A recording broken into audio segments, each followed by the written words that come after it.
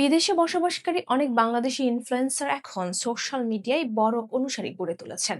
YouTube, Facebook, TikTok বা ইনস্টাগ্রামে তারা লাইফস্টাইল, ভ্রমণ, প্রবাস জীবন, ব্যবসা কিংবা সামাজিক বিষয় নিয়ে কন্টেন্ট তৈরি করেন।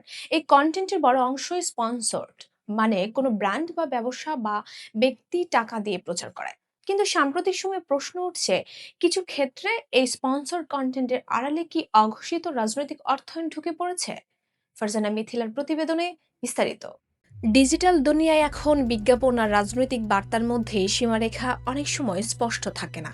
কোনো ইনফ্লুয়েন্সার যদি নির্দিষ্ট রাজনৈতিক ব্যক্তি, দল বা নীতির পক্ষে নিয়মিত ইতিবাচক ভিডিও বানান, কিন্তু সেটি স্পন্সর্ড কিনা তা স্পষ্ট না করেন, তাহলে সন্দেহ তৈরি হয়। দর্শক বুঝতেই পারেন না এটি ব্যক্তিগত মতামত নাকি অর্থের বিনিময়ে করা প্রচার। আন্তর্জাতিকভাবে এই বিষয়টি নিয়ে বহু আলোচনা হয়েছে। ট্রান্সপারেন্সি ইন্টারন্যাশনাল একাধিক প্রতিবেদনে বলেছে, রাজনৈতিক অর্থায়নের ক্ষেত্রে স্বচ্ছতা না থাকলে গণতান্ত্রিক প্রক্রিয়া দুর্বল হয়। বিশেষ করে অনলাইন প্ল্যাটফর্ম, অর্থের উৎস গোপন থাকলে জনমত প্রভাবিত করা সহজ হয়ে যায়। এছাড়া ইউরোপিয়ান কমিশন ডিজিটাল সার্ভিস ও রাজনৈতিক বিজ্ঞাপন নিয়ে নতুন নিয়ম চালু করেছে, যেখানে অনলাইনে রাজনৈতিক বিজ্ঞাপন দিলে তা স্পষ্টভাবে চিহ্নিত করতে হবে।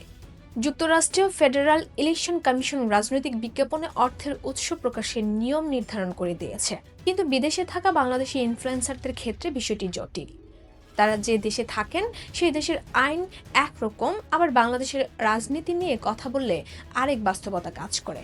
যদি কোনো প্রবাসী ইনফ্লুয়েন্সার বিদেশ থেকে বসে বাংলাদেশের কোনো রাজনৈতিক পক্ষের প্রচারণা চালান, তাহলে অর্থের উৎস ও লেনদেন কোন আইনের আওতায় পড়বে তা স্পষ্ট নয়।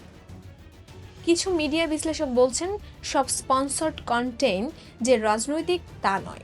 অনেক সময় ব্যবসায়ী বা সামাজিক সংগঠন নিজেদের ভাবমূর্তি তুলে ধরতে ইনফ্লুয়েন্সার ব্যবহার করে, কিন্তু যখন নির্দিষ্ট রাজনৈতিক বার্তা নিয়মিতভাবে ছড়ানো হয় এবং সেটির পেছনে আর্থিক লেনদেনের ইঙ্গিত থাকে, তখন বিষয়টি গুরুত্ব পায়। সোশ্যাল মিডিয়া প্ল্যাটফর্মগুলো এখন স্বচ্ছতার উপর জোর দিচ্ছে। অনেক প্ল্যাটফর্মে পেইড পার্টনারশিপ বা স্পন্সর ট্যাগ ব্যবহার বাধ্যতামূলক করা হচ্ছে, কিন্তু বাস্তবে অনেকেই সেই ট্যাগ ব্যবহার করেন না। এতে দর্শক বিভ্রান্ত হন।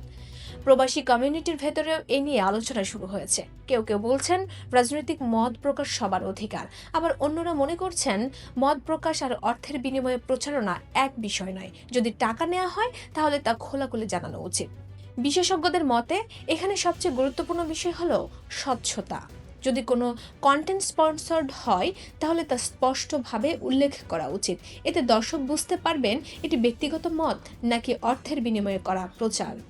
ডিজিটাল যুগে প্রভাব তৈরি করা সহজ, আর সেই প্রভাব দিয়ে জনমত গঠনও সম্ভব। তাই ইনফ্লুয়েন্সারদের দায়িত্ব কম নয়। তারা শুধু বিনোদন দেন না, অনেক সময় মানুষের রাজনৈতিক দৃষ্টিভঙ্গিও প্রভাবিত করেন। সব মিলিয়ে বিদেশে বাংলাদেশি ইনফ্লুয়েন্সারদের স্পন্সর্ড কন্টেন্ট নিয়ে যে প্রশ্ন উঠছে তা একেবারে উড়িয়ে দেওয়ার মতো নয়। প্রমাণ ছাড়া কাউকে দোষারোপ করা ঠিক নয়, তবে স্বচ্ছতার দাবি তোলা যুক্তিসঙ্গত। ভবিষ্যতে হয়তো এই বিষয়ে স্পষ্ট নীতিমালা আসবে, যেখানে অনলাইন রাজনৈতিক প্রচারণা ও অর্থায়নের উৎস পরিষ্কারভাবে উল্লেখ করতে হবে। ততদিন পর্যন্ত সচেতন দর্শক ও দায়িত্বশীল কন্টেন্ট নির্মাতাদের উপরেই ভরসা রাখতে হবে। Voice of Bangla, international desk.